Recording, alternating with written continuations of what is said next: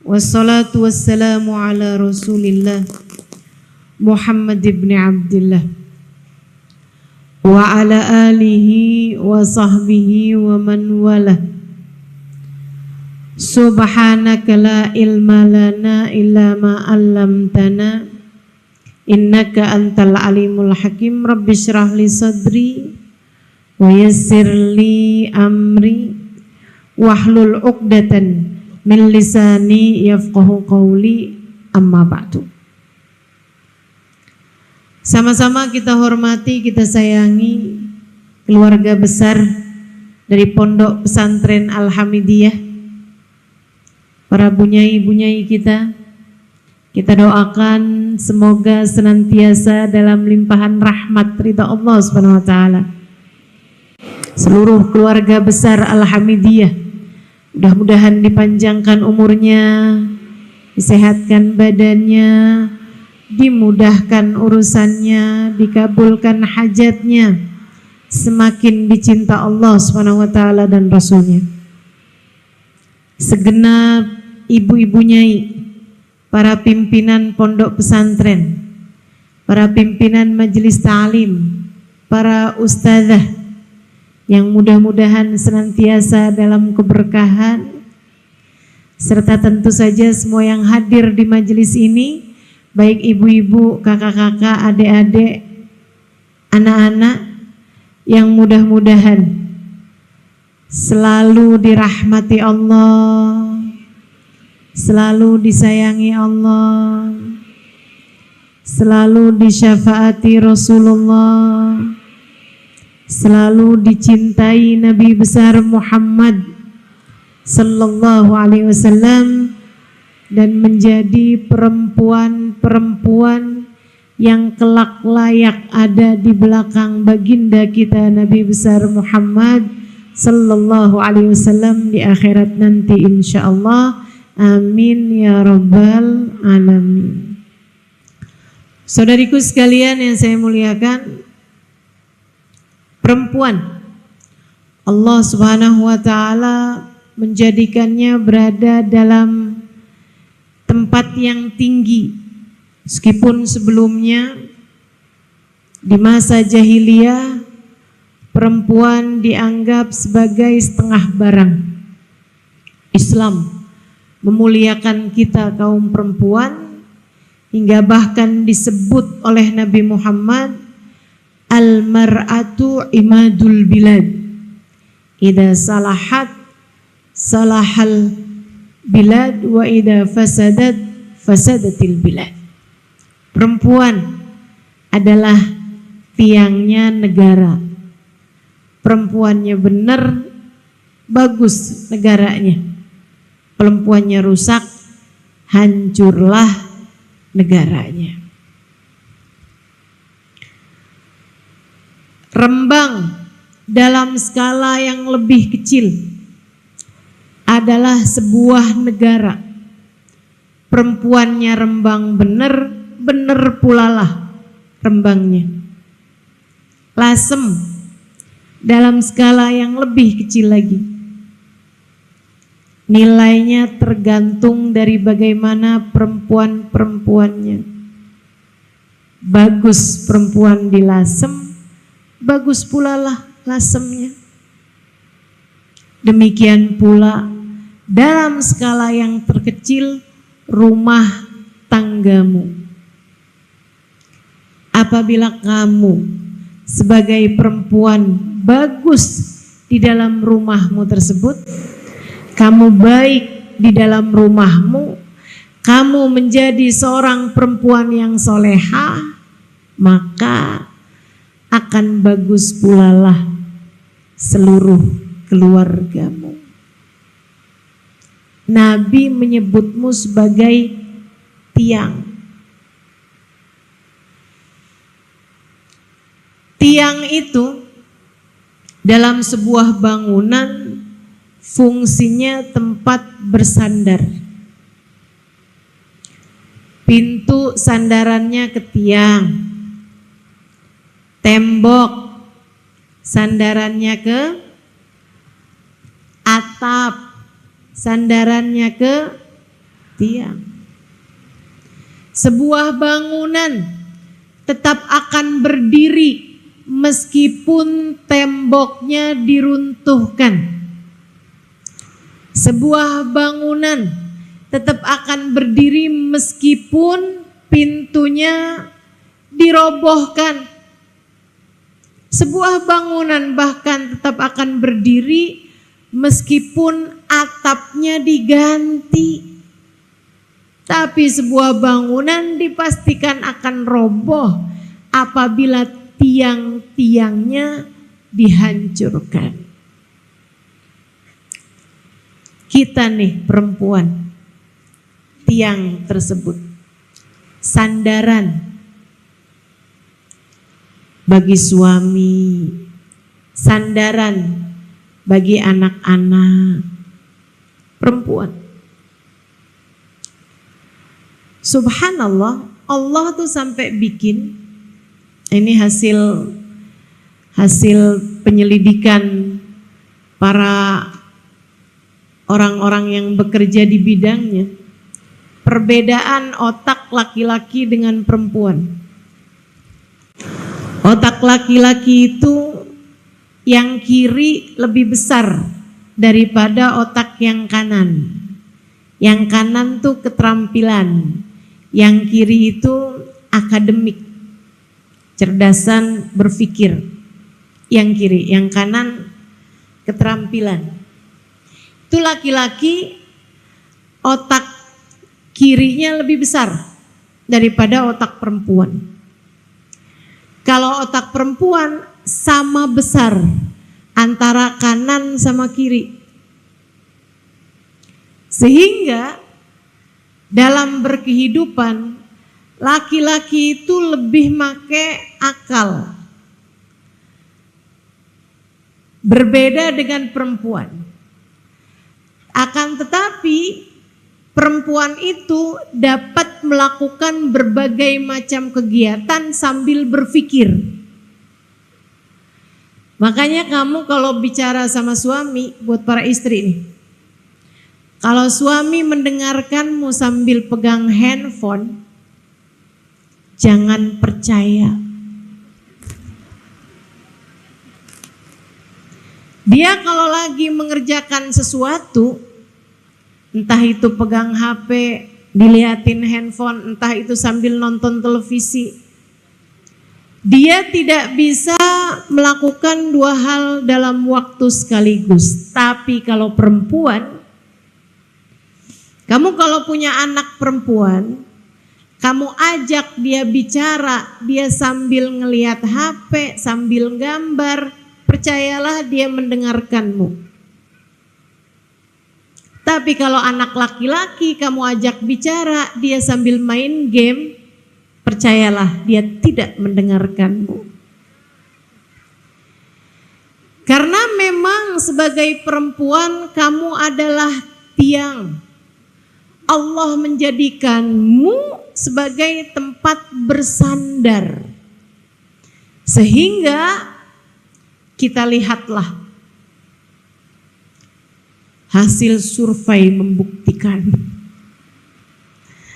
jam 9 pagi perempuan di dalam rumahnya sambil masak, masukin baju ke dalam mesin cuci, sambil dengerin kajian saya di YouTube katanya tadi, atau di Instagram. Lagi kayak begitu ada telepon bunyi, diangkatnya. Kadang-kadang sambil gendong anak. Masak, gendong anak, nyuci, telinganya dengerin kajian, ada telepon bunyi bisa ngangkat, keren. Perempuan. Allah memang ciptakan kita begitu. Teman-teman saudaraku sekalian yang saya muliakan, meskipun karena itu tadi ya, otak seimbang kanan sama kiri, tidak lebih banyak otak kirinya gitu. Perempuan itu banyak nggak pakai otak.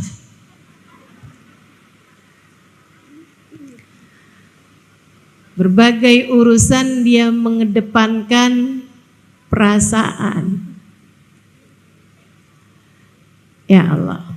Saya pernah baca satu ucapan seorang ulama, perempuan andai tidak karena agamanya, dia akan menjadi seseorang yang dihancurkan oleh perasaannya sendiri. Betul? Betul. Andai tidak karena agamanya. Makanya sebagai perempuan kita mesti dekat sama agama. Mesti dekat sama Allah. Mesti dekat sama imam kita, pimpinan kita, baginda kita Nabi besar Muhammad, penunjuk jalan bagi kehidupan kita. Perempuan, tiang.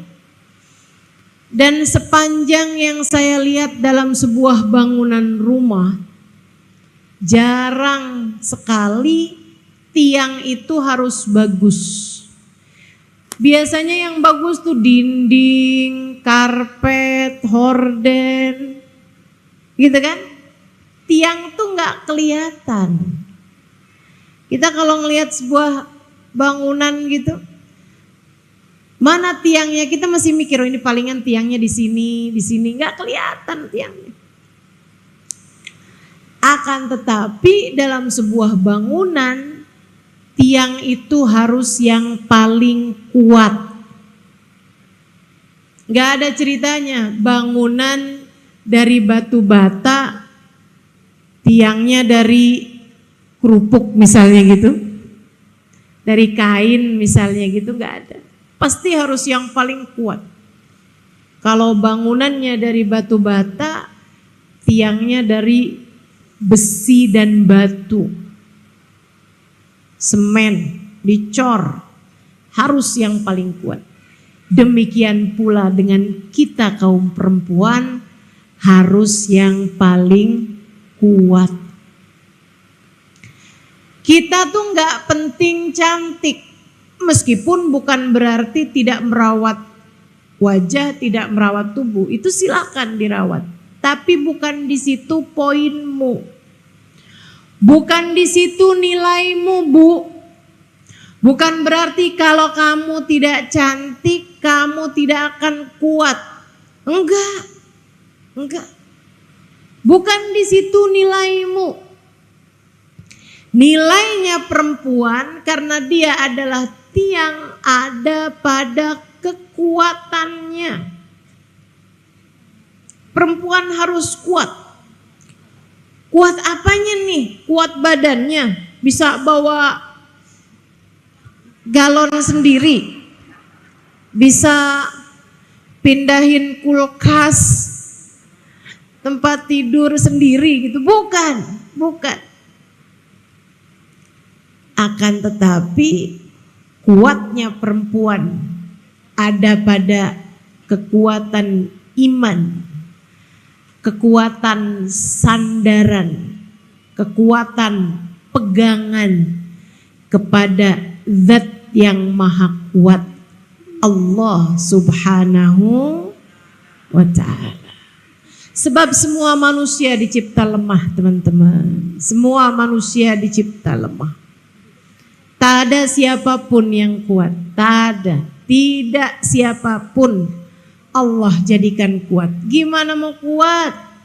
Kita bahkan tidak bisa menghalangkan satu rambut kita dari beruban. Kita bahkan tidak dapat menghalangkan satu gigi kita untuk tanggal. Kita semuanya nih umat manusia bahkan terkalahkan dari sebuah virus kecil yang gak kelihatan. 2 tahun bumi diliburkan hanya karena ketidakmampuan manusia menghadapi virus kecil yang disebut COVID. Betapa lemahnya manusia. Lemah. Semua lemah, gak ada yang kuat. Nah terus kalau dibilang kekuatan perempuan tuh kekuatan apanya? Bu, kalau kamu lemah, maka yang bagus sandarannya. Biar gak jatuh. Kalau kamu lemah, maka yang bagus pegangannya. Agar tidak tumbang. Berpeganglah, bersandarlah kepada Zat yang Maha Kuat. Jangan andalkan kecerdasanmu, jangan andalkan ilmumu, jangan andalkan hartamu, jangan andalkan jabatanmu, bahkan jangan andalkan ibadahmu. Kita semuanya lemah. Andalkan sajalah Zat yang paling kuat, Allah Subhanahu wa ta'ala. Dengannya kamu kuat, dengannya kamu sanggup melakukan apapun. Tanpanya kita lemah, tanpanya kita miskin, tanpanya kita tak berdaya. Allah yang dekat sama Allah. Bu, yang dekat sama Kak, yang dekat sama Dek, yang dekat sama Allah. Itu satu. Itu satu andalan kita dalam berkehidupan. Terhadap urusan mewujudkan generasi berkualitas. Apa yang bisa kita lakukan? Saudariku sekalian yang saya muliakan, semua hanyalah milik Allah Subhanahu wa ta'ala. Karenanya kita berusaha belajar buat jadi hamba seperti yang Allah mau, agar kita diberi apa yang kita mau. Saya udah tuliskan beberapa hal, syarat-syarat kalau ingin mewujudkan generasi berkualitas. Para ibu, silahkan dicatat untuk program pendidikanmu kepada anak-anakmu. Buat adik-adik juga, calon-calon ibu. Kalau adik-adik ditambah nih, jangan mau nikah sama laki-laki yang gak mau mendekat kepada Allah, Dek.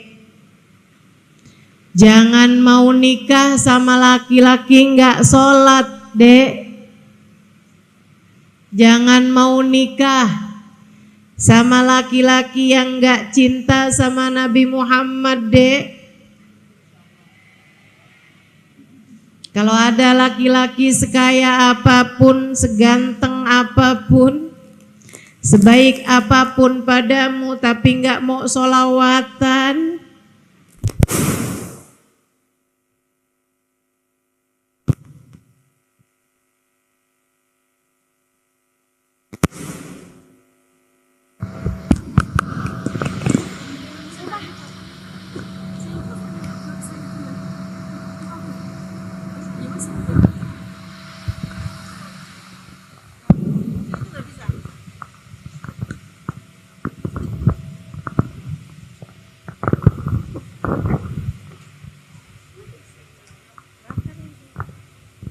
Allah.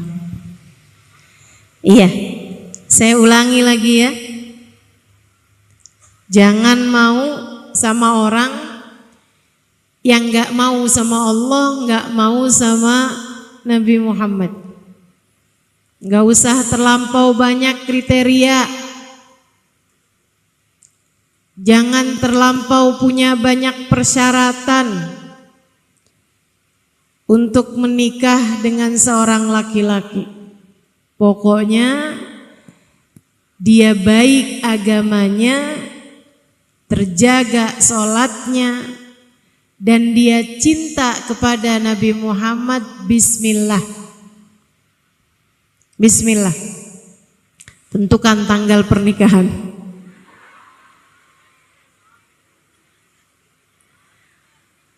Dia memang gak sholat ustazah, tapi dia cinta mati sama saya. Dia bilang dia tak sanggup hidup tanpa saya. Dek, yang diawali dengan tak mampu hidup tanpamu akan berakhir dengan tak sanggup lagi hidup denganmu.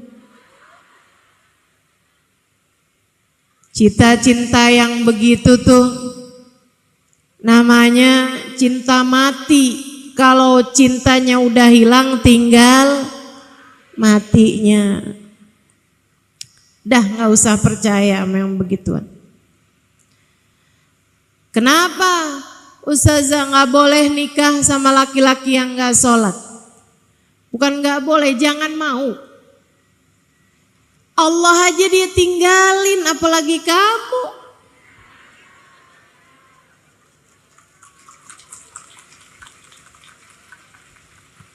Jangan. Itu akan membentuk generasi nantinya. Lihat agamanya. Dan untuk mendapatkan laki-laki yang soleh, dek, kamu pantaskan dirimu menjadi wanita yang soleha. Insya. Nah kalau udah jadi ibu nih, pengen dapat menjadikan anak-anak kita generasi yang berkualitas, apa aja nih yang harus kita lakukan? Kekuatan tadi ini ya, kekuatannya berupa apa? Yang pertama, kamu harus punya ilmunya. Belajar, jangan berhenti belajar. Al-Quran, kitab panduan kehidupan kita, penuh berisi tentang tata cara membesarkan anak. Apa yang harus dilakukan, apa niatnya. Kata Allah Subhanahu wa taala dalam Al-Qur'an, dalam rangka mendidik generasi, menghasilkan generasi berkualitas. Allah bercerita dalam Al-Qur'an, A'udzubillahi minasyaitonir rajim. Wa idz qalat imra'atu Imran. Wa idz qalat imra'atu Imran. Rabbi inni nazartu laka ma fi batni muharraran fataqabbal minni innaka antas samiul alim. Tatkala istrinya Pak Imran berkata, namanya Hanna. Hanna berkata, suaminya seorang nabi dan dia seorang perempuan yang sangat soleha. Seorang perempuan yang sangat kuat dalam urusan kebergantungan, sandaran, dan menjadikan hidup hanya untuk Allah Subhanahu wa ta'ala. Menjadikan dia mengerti. Dia berkata ketika menyadari dirinya telah hamil, Rabbi inni nazartu laka ma fi batni muharraran fataqabbal minni. Ya Allah, aku nazarkan, aku jadikan kandungan yang ada dalam kandunganku ini, bayi, janin dalam kandunganku ini ya Allah, aku nadarkan, aku jadikan sebagai persembahanku untukmu. Terimalah ia dariku ya Allah. Sungguhnya Engkau adalah Zat yang maha mengetahui lagi maha mendengar. Saudaraku sekalian yang saya muliakan, dia tidak mencari jatah dari dirinya sendiri. Alhamdulillah hamil nih. Mudah-mudahan umurnya panjang, nanti saya kalau tua ada yang ngurusin. Alhamdulillah nih hamil. Nanti anak saya nih jadi anak yang akan saya didik membanggakan orang tuanya. Kamu lagi nyari jatah buat diri kamu sendiri. Urusannya antara kamu sama keinginanmu. Antara kamu dengan hawa nafsumu. Antara kamu dengan ego dirimu sendiri. Bahkan yang berselubung sekalipun, setan memang luar biasa pinternya, Bu. Ya Allah, saya hamil. Nanti kalau saya meninggal dunia nih, ada yang melanjutkan pesantren saya. Jadinya nama saya nih gak redup, terus-terusan dikenang orang. Kamu lagi nyari apa?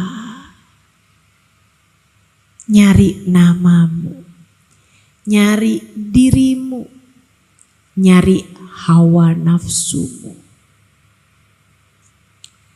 untuk dipenuhi dengan anak yang kamu pikir akan segera kamu lahirkan itu. Alhamdulillah nih, saya hamil, saya akan punya anak. Suami saya gak akan kemana-mana kalau sudah ada anak. Biar dia tambah semakin sayang sama saya. Itu juga pemikiran yang sangat salah. Lagian Kak, Mbak, gak gitu juga kok ceritanya. Berapa banyak istri-istri punya anak banyak, suami kalau mau kemana-mana, kemana-mana aja. Betul? Gak gitu. Saudariku sekalian yang saya muliakan, tapi belajar dari perempuan solehah ini, karenanya memang kita tuh mesti belajar, terus belajar dari perempuan-perempuan solehah. Untuk itulah jangan berhenti belajar. Apalagi sekarang nih zamannya smartphone, jangan sampai handphonenya aja yang smart, kitanya enggak. Jangan sampai yang cerdas hanya HP-nya, yang megangnya tetap enggak cerdas juga. Manfaatkan yang ada untuk kita menuntut ilmu. Dengarkan kajian dari para ulama-ulama. Simak pembahasan-pembahasan dari orang-orang yang memang mengerti di bidangnya. Biar kita mengerti caranya menghadapi anak, mengerti caranya menghadapi suami sesuai dengan apa yang sudah Allah Subhanahu wa taala ajarkan dalam Al-Qur'an. Ini Sayyidah Hanna, begitu tahu dirinya hamil, Rabbi inni nadartu laka ma fi batni muharraran. Ya Allah, aku jadikan apa yang ada dalam kandunganku persembahanku untukmu. Untukmu. Dia jadi hambamu ya Allah. Dia akan jadi yang jaga Masjidil Aqsa ya Allah. Aku jadikan. Katanya Hanna tinggalnya di sana di Palestina. Makanya ibu aneh bilang amin, tinggalnya di Lasem.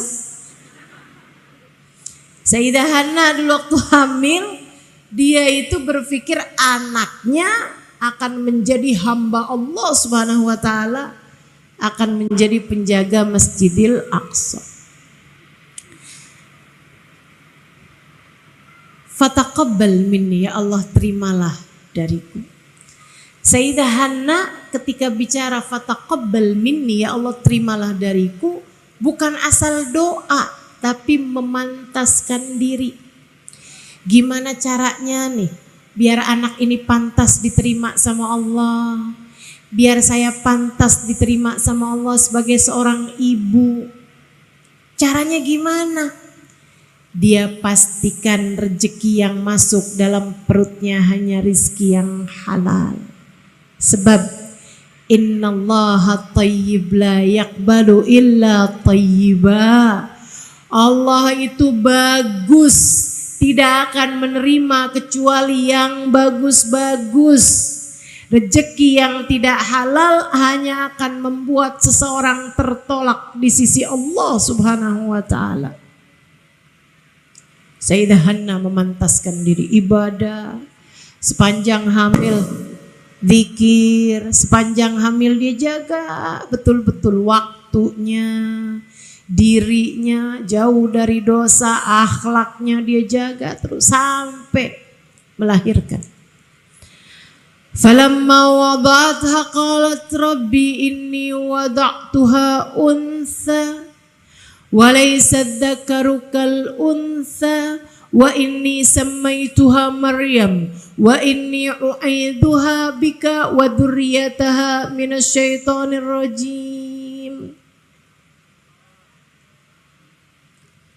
Fataqabbalaha rabbuha biqabulin hasan wa ambataha nabatan hasana wa kaffalaha Zakaria kullama dakhala 'alaiha Zakaria al-mihrab wajada 'indaha rizqa qala ya Maryamu anna laki hadha qalat huwa min 'indillah innallaha yarzuqu man yasha'u bighairi hisab.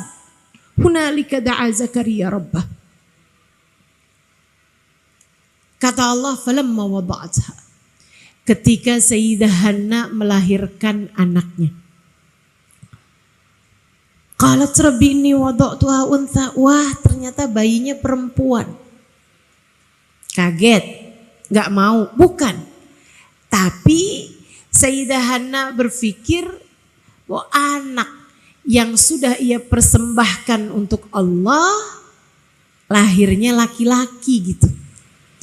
Karena ia mempersiapkannya untuk menjaga tempat termulia di negeri mereka, yaitu Masjidil Aqsa. Dan tentu saja yang menjaga masjid adalah laki-laki. Perempuan punya keterbatasan, datang bulan. Perempuan punya keterbatasan untuk menjaga masjidnya Allah SWT. Tapi dari sini kita tahu bahwasanya dalam pandangan Allah laki-laki dan perempuan tidak ada bedanya.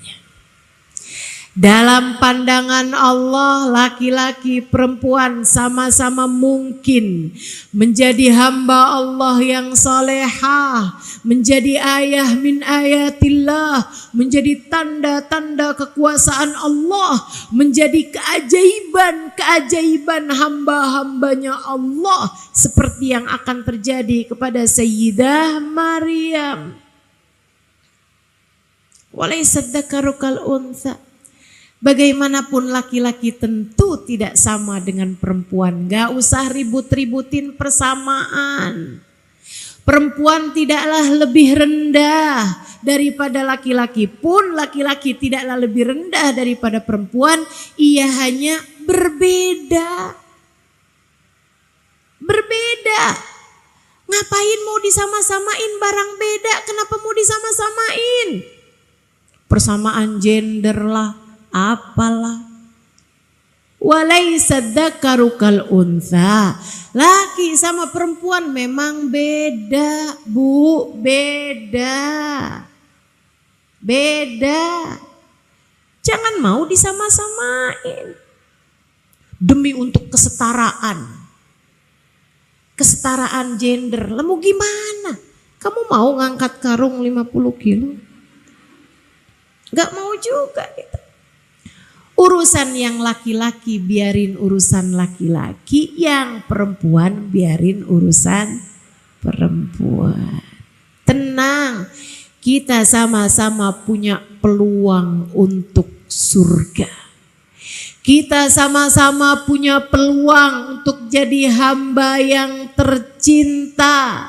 Kita sama-sama punya peluang untuk menjadi hamba Allah yang mulia. Walaysa dzakaru kal untha, tidak sama antara laki-laki dan perempuan. Wa inni samaituha Maryam, aku kasih nama anakku dengan nama Maryam. Wa inni uidzuha bika wa dzurriyyataha minasyaitonir rajim, dan aku lindungkan anakku kepada Allah. Aku serahkan anakku kepada Allah. Aku jadikan anakku, aku titipkan kepada Allah. Semoga Allah menjaga dia dari kejahatan setan yang terkutuk. Tuh Sayyidah Maryam baru lahir, yang dipikirin bukan yang biaya hidup tambah tinggi, biaya sekolah tambah mahal, gimana nasibnya nanti hidup di dunia. Enggak. Sayyidah Maryam sangat mengerti itu, faham. Anakku meski lahir dari rahimku, ia bukan milikku. Anakku meski berada 9 bulan dalam rahimku, aku tidak ikut-ikutan menciptakan matanya, hidungnya, telinganya. Aku tidak ikut-ikutan menentukan garis nasibnya. Aku tidak ikut-ikutan menggambar wajahnya.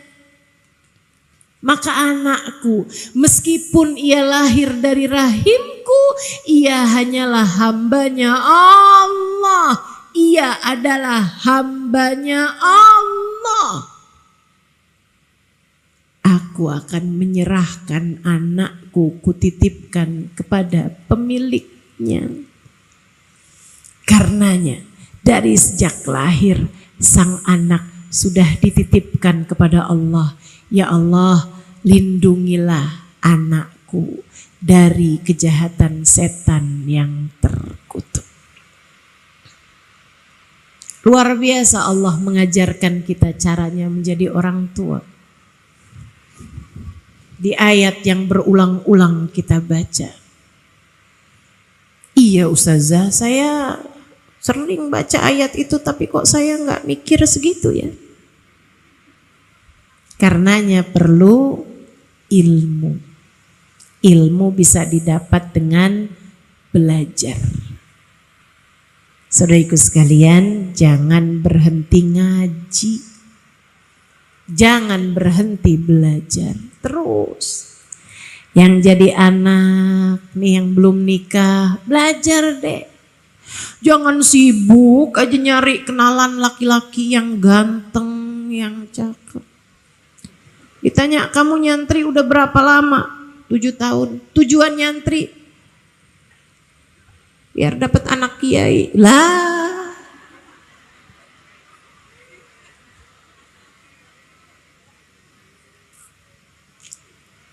Gak gitu. Gak gitu. Kamu mesti punya ilmu. Mesti punya ilmu. Dan saya santri sejati. Tadi dibilang motivator, enggak lah. Saya santri.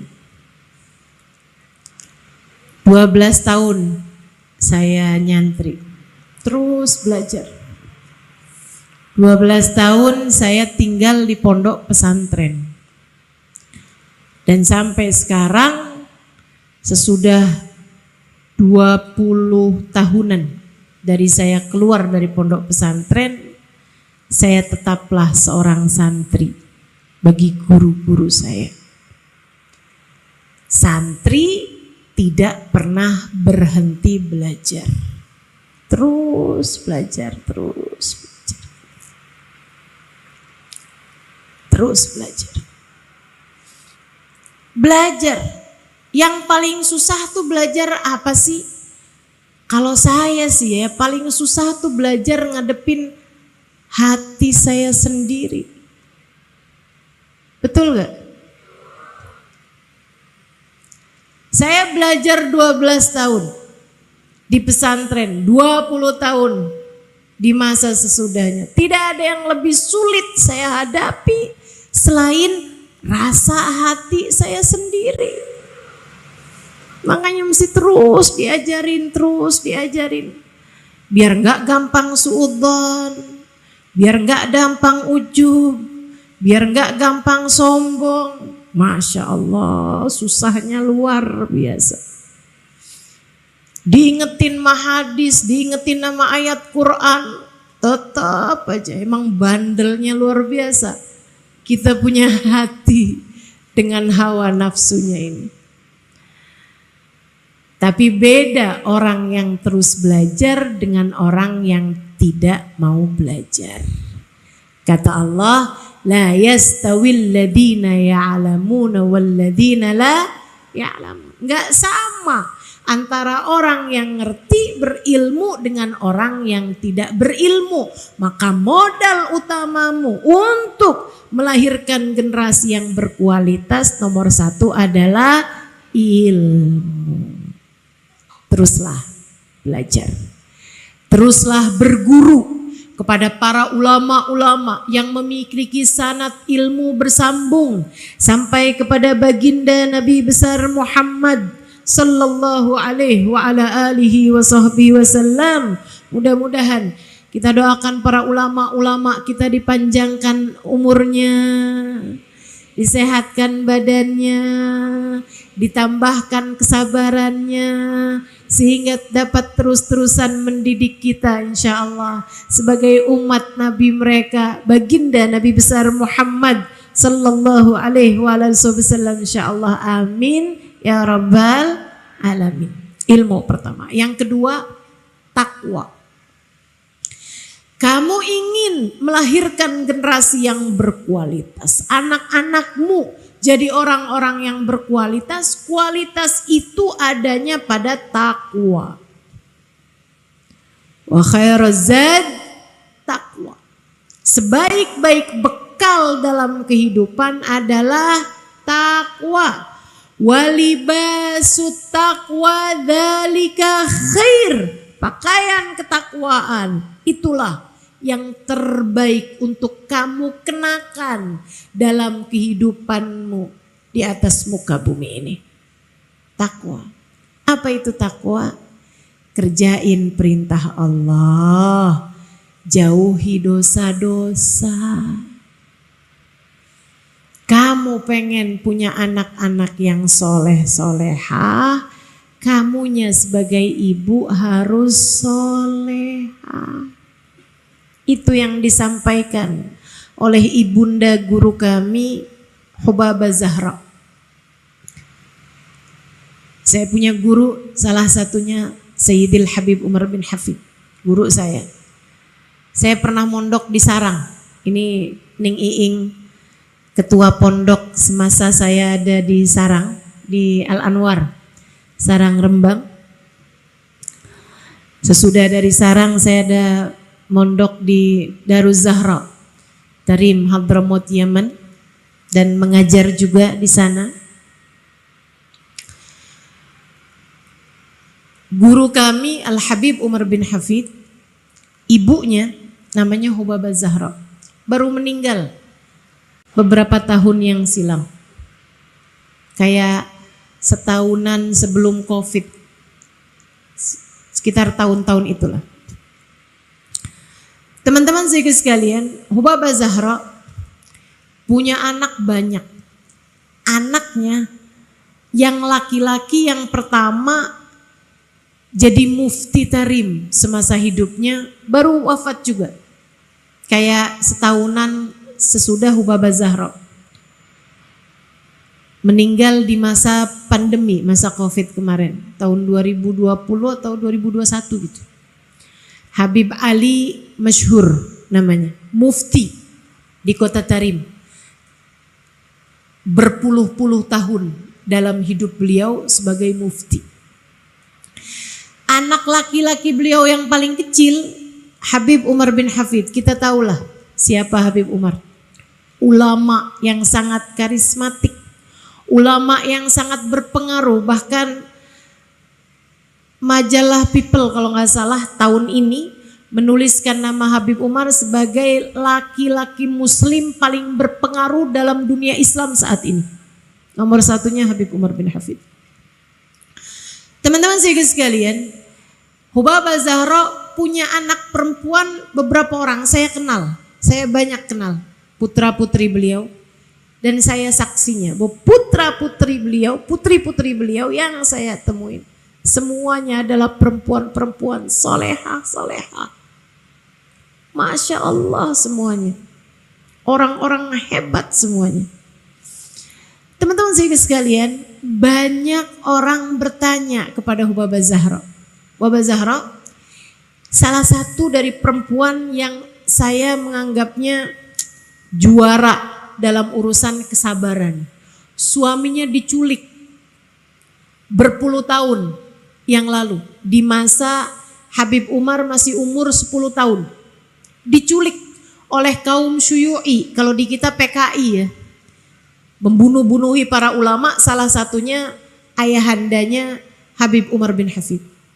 Akan tetapi teman-teman, bersama dengan kehidupan yang sangat berat beliau jalani sebagai seorang istri yang suaminya diculik. Tahukah kamu, setiap kali kita memandang Hubabah Zahra, rasanya kesusahan hilang semua karena beliau senantiasa tersenyum kepada siapapun. Ini perempuan kuat nih. Kenapa bisa begitu kuat? Kuat sandaran sama Allahnya, kuat pegangan sama talinya Allah. Dia laksanakan semua perintah-perintah Allah. Dia tinggalkan semua larangan-larangan Allah. Jauh dari dosa-dosa. Hidupnya dekat sama Allah Subhanahu wa taala. Ahli ibadah kepada Allah. Hubabah Zahra satu hari ditanya, Hubabah nih punya anak soleh-soleh, solehah. Anak Hubabah Habib Umar bin Hafid, Habib Ali masyhur, Masya Allah Hubabah, Masya Allah. Gimana sih caranya Hubabah biar punya anak kayak begitu? Pinter-pinter, manfaat-manfaat ilmunya. Jadi cahaya yang menerangi. Bukan hanya di kota Tarim, bukan hanya di provinsi Hadramut, bahkan bukan hanya di negeri Yaman. Bahkan cahayanya bisa sampai seluruh dunia kayak ikut tercahayakan dengan cahayanya Habib Umar bin Hafid. Kok bisa Hubabah punya anak sampai kayak begitu gitu? Gimana caranya nih? Kita nih kepengen anak kita juga jadi anak yang soleh, jadi anak yang ilmunya manfaat gitu. Katanya beberapa perempuan datang kepada Hubabah Zahra. Beliau tanya, kamu punya anak? Iya Hubabah. Ada anak saya Hubabah. Kamu pengen punya anak yang soleh? Iya Hubabah, pengen punya anak yang soleh, yang rajin sholat. Iya Hubabah, bener rajin sholatnya. Seneng baca Quran. Iya Hubabah, bener yang kayak begitu anak saya. Kamu pengen punya anak baik hatinya? Iya Hubabah, baik hatinya, bermanfaat sama manusia. Kamunya bagaimana?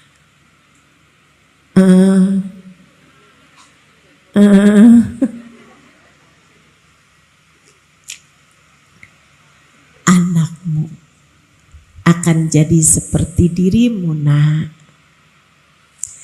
Anakmu adalah bayanganmu, kata Imam Ghazali. Mata yakunul aud mustaqima, mata yakunudil mustaqima wal audu a'waju.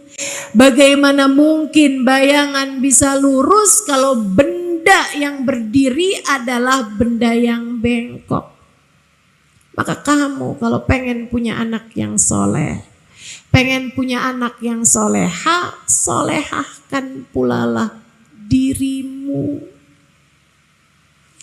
Pengen punya anak yang sholatnya terjaga, maka jagalah sholatmu. Pengen punya anak yang bagus hubungannya sama Allah, bagus hubungannya sama Nabi Muhammad, maka kamu perbaikilah hubunganmu dengan Allah, perbaikilah hubungan hatimu dengan Nabi Muhammad. Sebab anak hanya akan menjadi seperti orang tuanya. Solehahkan dirimu, anak-anakmu akan menjadi solehah sepertimu.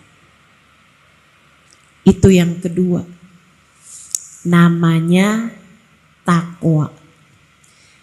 Pengen punya anak generasi yang berkualitas, maka tingkatkan pula lah kualitas hidupmu. Yuk belajar, sama-sama bergerak menuju kebaikan, insya Allah. Ubaba Zahra nih, saya di masa pandemi karena nggak banyak majelis yang ditutup di Jakarta, sehingga saya menulis buku. Di masa pandemi saya selesai 4 buah buku. Ada terjemahin kitab Ayyuhal Walad, Wahai Anakku, karyanya Imam Ghazali. Ada bikin quote-quote bergambar, judulnya Kata Kita. Ada yang ini yang agak panjang, saya menuliskannya, Bidadari Bumi. Dan yang terakhir, pandemi belum kelar juga, akhirnya saya bikin lagi buku judulnya Assalamualaikum Tarim. 4 buku. Waktu saya menulis Bidadari Bumi, salah satu dari yang saya tuliskan adalah Hubaba Zahra yang sedang saya ceritakan ini, ibunda dari Habib Umar bin Hafid. Tapi saya tidak banyak tahu cerita tentang beliau, selain bahwa saya selalu bahagia setiap kali berjumpa beliau karena senyumnya yang tidak pernah hilang itu. Saudariku sekalian yang saya muliakan, jadi saya kirim surat, bikin email kepada cucu Hubaba Zahra, putrinya guru saya Habib Umar bin Hafid, untuk menuliskan kisahnya Hubaba Zahra yang mereka tahu gitu. Mereka pun menuliskan semacam biografi Hubaba Zahra, lahirnya di mana, usianya berapa ketika meninggal dan lain sebagainya. Dan juga tentang kisah-kisah yang dituturkan bukan hanya oleh yang saya kirimin surat, yaitu cucunya Habib Umar, akan tetapi anaknya Habib Umar, akan tetapi juga dituliskan oleh bibi-bibinya yang adalah putri-putri dari Hubaba Zahra. Ini salah satu cerita yang diceritakan. Ibu saya nggak pernah tinggal tahajud seumur hidup, dari sebelum menikah, dari masih perawan, dari masih kanak-kanak.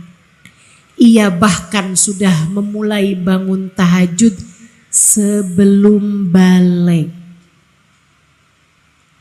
Ini tingkat kesolehan yang luar biasa ini. Ya, kita walaupun terlambat bolehlah. Lebih baik terlambat daripada tidak sama sekali. Yuk belajar buat mulai bangun tahajud. Yuk belajar buat istiqomah tahajud.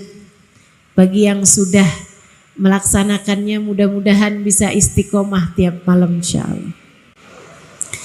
Dia bilang Hubaba Zahra gak pernah tinggal tahajud. Dari sebelum balik, sampai udah balik, sampai udah nikah, gak pernah tinggal. Kecuali 1 malam. Ada waktunya 1 malam beliau memang tidur lebih malam. Dan juga ada kegiatan yang beliau jalankan sebelumnya. Sampai Beliau terbangun di saat azan subuh berkumandang. Dan itu beliau terbangun dalam keadaan gemeteran badannya,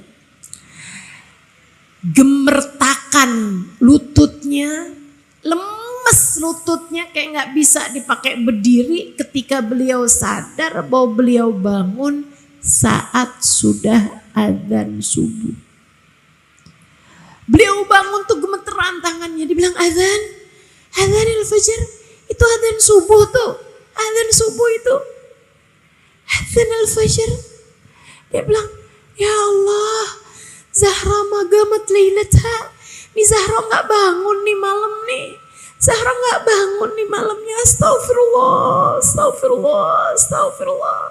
Beliau nangis terseduh-seduh sebelum beliau kemudian pergi ke tempat kamar mandinya. Dia bilang, ya Allah, Zahra nggak bangun nih malam, Zahra nggak bangun. Astagfirullah, astagfirullah, maafin Zahra ya Allah, maafin Zahra ya Allah. Nggak lagi-lagi ya Allah, maafin Zahra ya Allah, maaf ya Allah, maaf ya Allah. Beliau pergi wudhu masih dengan gemeteran tubuhnya. Keluar dari kamar mandi. Sebelum mengerjakan sholat subuh dan qobliyah subuh, beliau sholat taubat dulu 2 rakaat. Mentaubati tidak bangun malamnya beliau.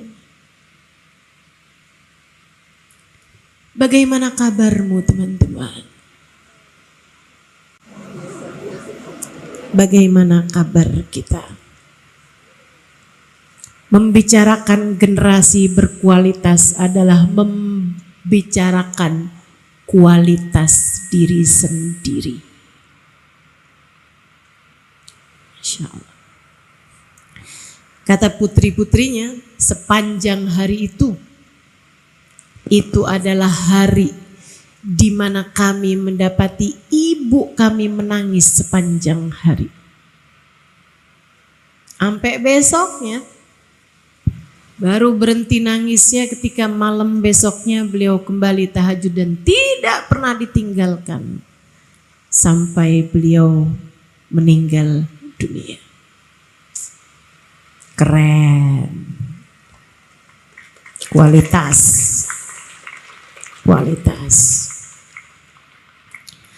Itu yang kedua. Yang ketiga, kalau kamu ingin melahirkan generasi yang berkualitas, kamu harus menghadapi anak-anakmu dengan penuh kasih sayang. Dalam bahasa Arab, rifq, kata Nabi Muhammad SAW,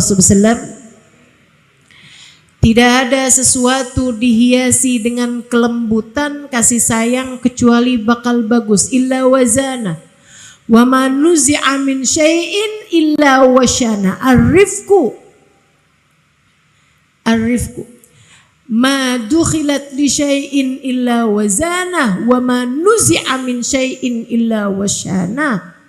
Kelemah lembutan tidaklah dimasukkan kepada apapun kecuali bikin bagus, dan tidaklah dicabut dari apapun kecuali bikin jelek. Jadi istri kalau dikasih kelembutan bagus, jadi suami dikasih kelembutan bagus, jadi anak dikasih kelembutan bagus, jadi anak dicabut kelemah lembutannya jadi jelek. Jadi guru punya kelemah lembutan bagus, begitu nggak punya kelemah lembutan langsung jelek. Mau secantik apapun gurunya, betul?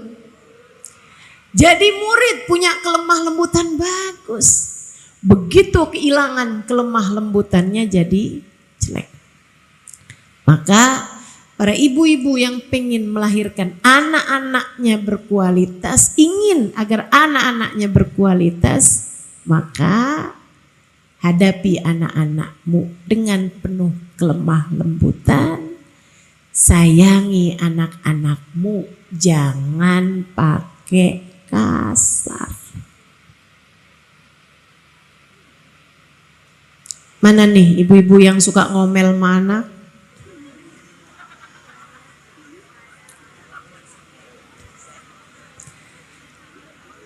Ibu saya baru meninggal dunia setahun yang lalu, bulan November, setahun sebulan dari sekarang.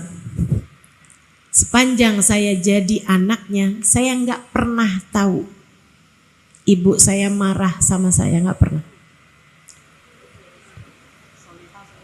Nggak pernah, sama sekali. Saya nggak tahu ibu saya marah sama saya kayak gimana modelnya tuh, nggak tahu. Lembut. Kalau anaknya lagi berantem gitu kan, kemudian namanya anak-anak kan ada masa-masanya beranteman anaknya. Mi, kan yang bener ini ya Mi ya, kan yang bener saya Mi ya. Iya. Dan anak yang satu lagi datang, Mi kan yang bener saya Mi. Iya. Diiyain aja semua mau Mi saya. Gak pernah marah, gak pernah keluar kata-kata yang tidak baik, kasar gitu kepada saya.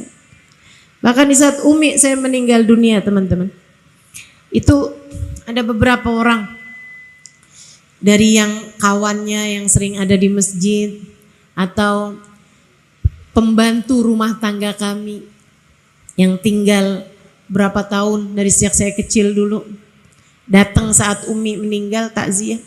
Bahkan abah saya, suaminya yang membersamai 50-an tahun hidupnya, mereka mengatakan hal yang sama. Umi tidak pernah berkata tidak baik. Umi nggak pernah ngomong nggak bagus. Masya Allah. Lemah, lembut, penuh kasih sayang. Kamu kepengen anak-anakmu jadi generasi yang berkualitas, sayangi anakmu.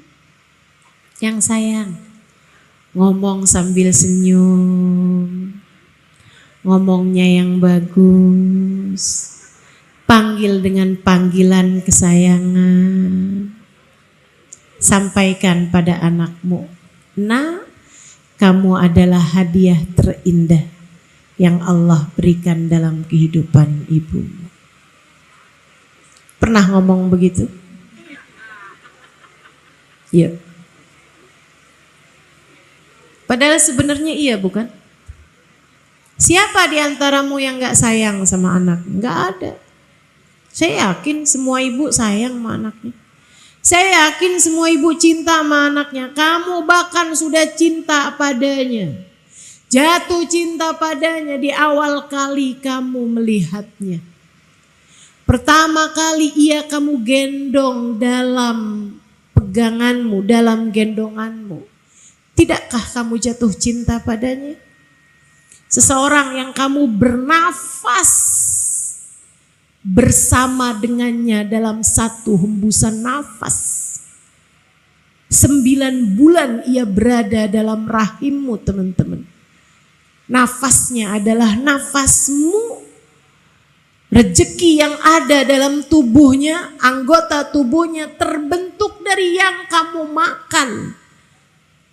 Kamu masukkan dalam mulutmu. Bagaimana kamu tidak cinta padanya? Kamu cinta padanya, saya yakin. Masalahnya hanya gengsi untuk kamu bisa menyampaikan hal itu kepada anak-anakmu. Sampaikan. Sampaikan. Sampaikan. Yang jadi anak juga jangan gengsi. Buat bilang sama ibunya, saya sayang sama ibu. Saya sayang sama ibu. Tetaplah sehat. Panjang umur. Saya sayang sama ibu. Sampaikan pada ibumu. Nanti kalau ibunya udah gak ada, takut nyesel. Betapa kamu sebenarnya sangat menyayanginya. Tapi kamu tidak pernah menyampaikannya. Yang jadi ibu juga, sampaikan pada anak-anakmu. Sampaikan. Itu sunnah. Nabi menyampaikannya. Ma anak-anaknya. Nabi menyampaikan, Fatimah, bid'atun minni, kata Nabi. Separuh aku Fatimah. khatimah. Membahagiakan hatiku apapun yang membahagiakan hatinya. Menyedihkan hatiku apapun yang menyedihkan hatinya. Masya Allah. Yuk, penuh kasih sayang, berlemah lembut. Pegang tangannya, cium keningnya, dekap ia. Sayangi anak-anak. Itu syarat mutlak untuk anak menjadi berkualitas. Saudariku sekalian yang saya muliakan, yang keempat, rezekinya mesti halal. Yang tadi saya sampaikan. Karena rezeki itu kayak bensin. Rezeki itu bahan bakar. Kalau bahan bakarnya bagus, hasilnya bagus. Modal. Rezeki itu modal. Man akalal halal, kata Asyibli. Man akalal halal ata'at jawarihuhu sya'am aba. Wa man akalal haram asat jawarihuhu sya'am aba. Siapa yang masuk makanan dalam perutnya halal, anggota tubuhnya akan berbuat taat. Mau atau tidak mau. Siapa yang makanan masuk dalam perutnya haram akan berbuat maksiat, anggota tubuhnya mau atau tidak mau. Kamu kepengen anak-anakmu menjadi anak-anak yang berkualitas, bagusin nafkah mereka. Bagusin makanan yang masuk dalam perut mereka. Gak terlalu enak, gak apa-apa, yang penting halal. Gak mahal, gak apa-apa, yang penting halal. Pastikan yang mereka kenakan dibelinya dari uang halal. Pastikan yang mereka makan didapat uangnya dengan uang yang halal. Bu, gak apa-apa kok. Gak punya yang berlebihan, gak apa-apa. Gak apa-apa. Saya sering sampaikan kepada teman-teman saya di mana-mana tempat. Sesedikit apapun rezeki yang kamu punya cukup untuk membiayai hidupmu. Namun sebanyak apapun rezeki yang kamu punya gak akan cukup untuk membiayai gaya hidupmu. Maka kalau pengen hidup dalam keadaan tenang, jangan kebanyakan gaya. Gitu. Pengen punya ini, pengen punya itu, uangnya nggak ada, sampai berani hutang riba. Pakai utang ke rentenir, haram, haram, haram. Kalau udah haram yang masuk dalam perut anakmu, haram yang masuk dalam perutmu, haram yang kamu kenakan, belinya pakai uang yang haram, anggota tubuhmu hanya akan berbuat dosa demi dosa. Susah, berat. Mau dipakai tahajud berat, mau dipakai ngafal Quran berat. Dah, rezeki yang halal, insya Allah. Rezeki yang halal, pastikan rezeki yang masuk adalah rezeki yang halal. Ustazah yang kerja suami saya, sampaikan kepada suaminya, Bang, Mas, jangan pernah berani-berani bawa rezeki yang tidak halal ke dalam rumah kita. Sebab kita punya hidup yang harus kita jalani dan akan berat mengerjakan ketaatan kalau kita membiayai kehidupan kita dari rezeki yang haram. Susah masuk surganya kalau rezekinya haram. Dah, sedikit-sedikit nggak apa-apa, yang penting halal. Insya Allah. Yang kelima, teman-teman saya sekalian, kalau kamu kepengen anak-anakmu berkualitas, kenalkan anakmu dan dirimu, tentu saja awali dengan dirimu. Kenalkan anakmu dan awali dengan dirimu dulu untuk cinta kepada orang-orang soleh.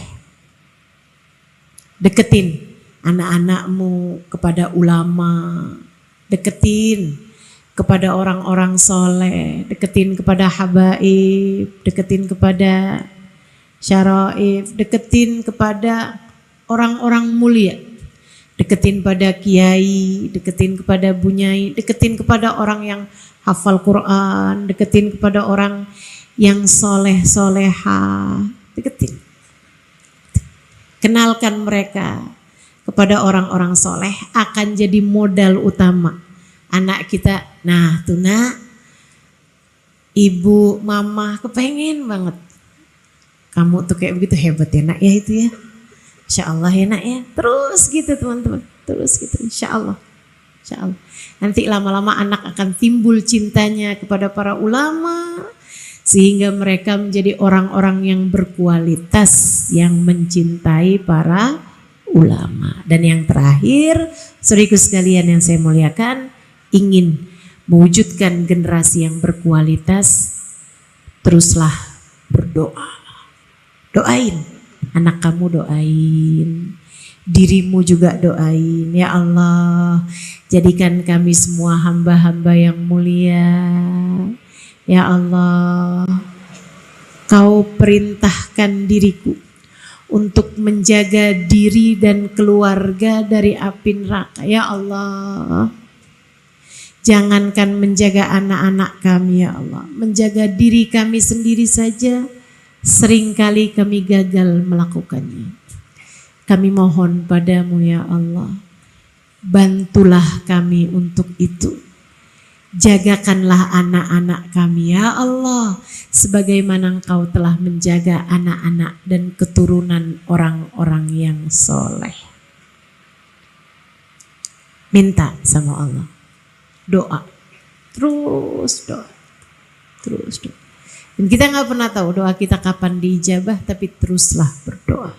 Doain, anaknya doain. Anak saya ya Allah, kami dan seluruh keluarga kami ya Allah, jadikanlah calon-calon penghuni surga. Kumpulkan kami di surgamu ya Allah. Jagain anak saya ya Allah, jauhkan dari dosa-dosa. Jagakan anak saya ya Allah, dekatkan dengan kebaikan, dekatkan dengan orang-orang baik. Minta Bu, doa, doa. Doa itu lebih baik pakai bahasamu sendiri yang kamu ngerti, daripada pakai bahasa-bahasa yang lain tapi kamu sendiri gak ngerti. Gitu kan? Doa aja, doa. Sepertiga malam yang terakhir dalam sujud, doain anak-anakmu terus begitu, terus begitu. Insya Allah mudah-mudahan anak-anak kita jadi anak-anak yang soleh-soleha. Jadi orang-orang yang akan menjadi kebanggaan kita dunia hingga akhirat. Jadi umat Nabi Muhammad SAW yang di akhirat nanti ada dalam rombongan Nabi kita Muhammad sallallahu alaihi wasallam. Rabbana dhalamna anfusana wa illam taghfir lana wa tarhamna lanakunanna minal khasirin. Rabbana atina fid dunya hasanah fil akhirati hasanah wa qina adzabannar bifadli subhana rabbika rabbil izzati amma yasifun wa salamun alal mursalin walhamdulillahi rabbil alamin. Kita baca suratul Fatihah, kita niatkan apa yang jadi hajat-hajat kita. Yang sudah pada punya anak, silahkan dibayangkan anak-anaknya, minta pada Allah, mudah-mudahan Allah memandang mereka dengan pandangan kasih sayang. Kepada kita sekalian, semoga Allah berkenan untuk senantiasa memandang kita dengan pandangan kasih sayangnya. Hidup untuk Allah, berjuang di jalan Allah, melakukan segala sesuatu hanya karena Allah subhanahu wa ta'ala. Al-Fatihah. Allah yaqdi lana jami'al hajat. Silahkan sebutkan masing-masing hajatnya. ويبلغنا كل الأمنيات بجاه خير البريات على هذه النيات بكل نية صالحات جامعات شاملات إلى حضرة النبي محمد صلى الله عليه وسلم. الفاتحة. الرحمن الرحيم مالك يوم الدين إياك نعبد وإياك نستعين صراط الذين أنعمت عليهم غير المغضوب عليهم ولا الضالين آمين. اللهم بحق الفاتحة بحرمة الفاتحة بركة الفاتحة تفتح لنا أبواب الخير تعاملنا معاملة أهل الخير تكفينا من جميع الفتن والمهن بؤس وضير إنك ولي كل خير متفضل بكل خير برحمتك يا أرحم الراحمين اللهم إنا نسألك زيادة في الدين بركة في الأمور وصحة في الجسد وسعة في الرزق وتوبة قبل الموت شهادة عند الموت مغفرة بعد الموت وعفوا عند الحساب وأمانا من العذاب ونسيبا من الجنة ورزقنا النظر إلى وجهك الكريم اللهم عافنا من بلائك وأوزعنا شكر نعمائك وأذقنا برد عفوك وحلاوة مناجاتك اللهم اجعلنا من العباد الذين يستمعون القول فيتبعون أحسنه اللهم ارزقنا من العقول أوفارها ومن الأذهان أصفاها ومن الأعمال أزكاها ومن الأخلاق أطيبها ومن الأرزاق أجزلها ومن العافية أكملها من الدنيا خيرها ومن الآخرة نعيمها بحق سيدنا محمد صلى الله عليه وسلم اللهم ارزقنا حبك وحب من يحبك وحب كل أمل يقربنا إلى حبك واجعل حبك وحب نبيك أحب إلينا مما سواكما اللهم أرنا الحق حقا وارزقنا اتباعه وأرنا الباطل باطلا وارزقنا اجتنابه يا مقلب القلوب ثبت قلوبنا على دينك وتوفنا على ملتك